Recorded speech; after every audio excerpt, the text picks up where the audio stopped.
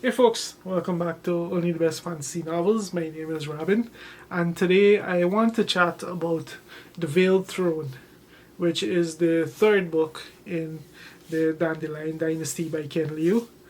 And I actually recently found out that this is actually the first half of what should have been the concluding volume, but in true epic fantasy style fashion, the final book in the series was too fat to be published in one go. So instead, it got split into two, and this is essentially the first half of the concluding story, the concluding volume.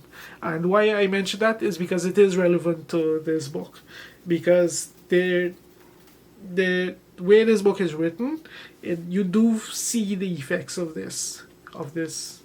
it being half of a larger story that was essentially truncated for the sake of mass market publication.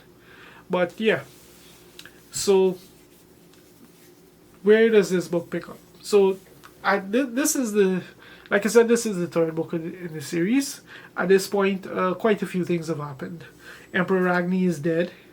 Um, his his eldest son has left to basically broker a peace with the invaders. Um, on the other hand, Princess Terra, his daughter, has traveled across the Wall of Storms with an invasion force in an attempt to beat back the invaders from launching a second wave at the next opportunity to traverse the Wall of Storms. This leaves his youngest son as the heir to the empire because Princess Terra also abdicated when she did this. Um, so it leaves his youngest son as heir to the empire, but naturally he is quite young at this stage in life. So effectively, it's a regency on the Empress Gia, his primary wife or his main wife, whatever you want to call it.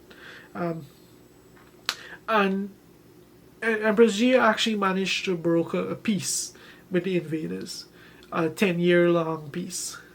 So that kind of sets the stage for this book because we where we meet everything, it's it's at an odd place for an epic fantasy book. Like it's one thing to know, like, there's going to be some build up before the finale. It's another thing when, like, baked into the plot, you're told like it's going to be 10 years before anything really happens. But yeah, so what goes down over the course of this book? So the interesting thing is that we have these it's handful of characters who they they show us different facets of the story and different facets of the way that things have progressed to this point. Like with Princess Terra, we get an exploration of the invaders' homeland, of their society, of their culture when not serving as an invading army. Um, like with the invading army, their exposure to the invaders the soldiers, essentially, the more martial members of the society. With Princess Terra's plotline, we actually see more the civilian society, the civilian portion invaders of the invaders culture and that kind of thing. So there's that aspect to it. Then we have his son, Emperor Agni's son, who honestly, like, his story was a pain for me to read. Like I did not like the guy, and his entire story was just pathetic to me. Um, but he is a more peace oriented individual, and his story is more about, like, trying to broker that peace in a way that kind of proves like their cultures can commingle and um, basically cohabitate together and survive and thrive together. And of course, this is an invading force. Like, they have no feelings along those lines. So his story is more about changing the psyche, changing the culture, changing the way of thought, and he does this naturally through a family oriented story. So that was kind of that was essentially his arc. It's not particularly, for me at least, it wasn't particularly interesting or fun to read. It was, it did add a more human aspect to this story, a more grounded aspect at least. Then and then we have Empress Gia, who seems to, after she's brokered this peace, she seems, publicly, she seems to kind of descend into like this rather decadent lifestyle, and the court as a whole, it becomes this interesting place. It kind of becomes a bit more of a decadent place where there's this intermingling of the surviving nobility of the islands of Dara with the representatives of the invaders, and they kind of commingle and interweave, and you see like this exchange of cultures in society. And of course you have like your different factions. You have the factions who see cooperation as a way forward. You have the hardliners who want subjugation. You have on the invader side, you have the hardliners who want war and subjugation, who very much want to remind the Darans that they are a subjugated people. They should be an oppressed people. And then you have the hardliners on the Daran side, who they want a martial response to what's being done. So this 10-year piece, it doesn't quite please anybody, aside from the people who stand to profit from it, because human greed is a thing, and that does play a part in here. But the interesting thing is that Empress Gia, we see certain things about her story that make it clear that she's not just sitting idly. Like, this 10 years for her is very much a period of preparation. She starts to lay the groundwork for things that we will essentially, she starts to put things in place that will take a long time to kind of stew and boil and get to a boiling point, essentially. And there are things that will have a severe impact on the invading, on like, she's decided to play the long game, essentially the long game of revolution.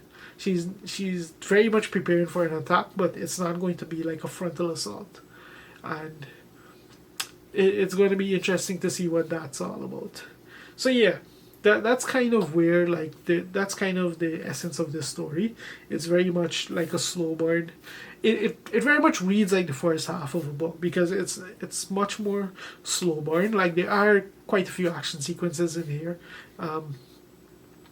because the invading force, like, the worst thing an army can be is bored with nothing to do, and that's essentially what the invaders become as part of this. So there are moments of conflict where they abuse their power, that kind of thing.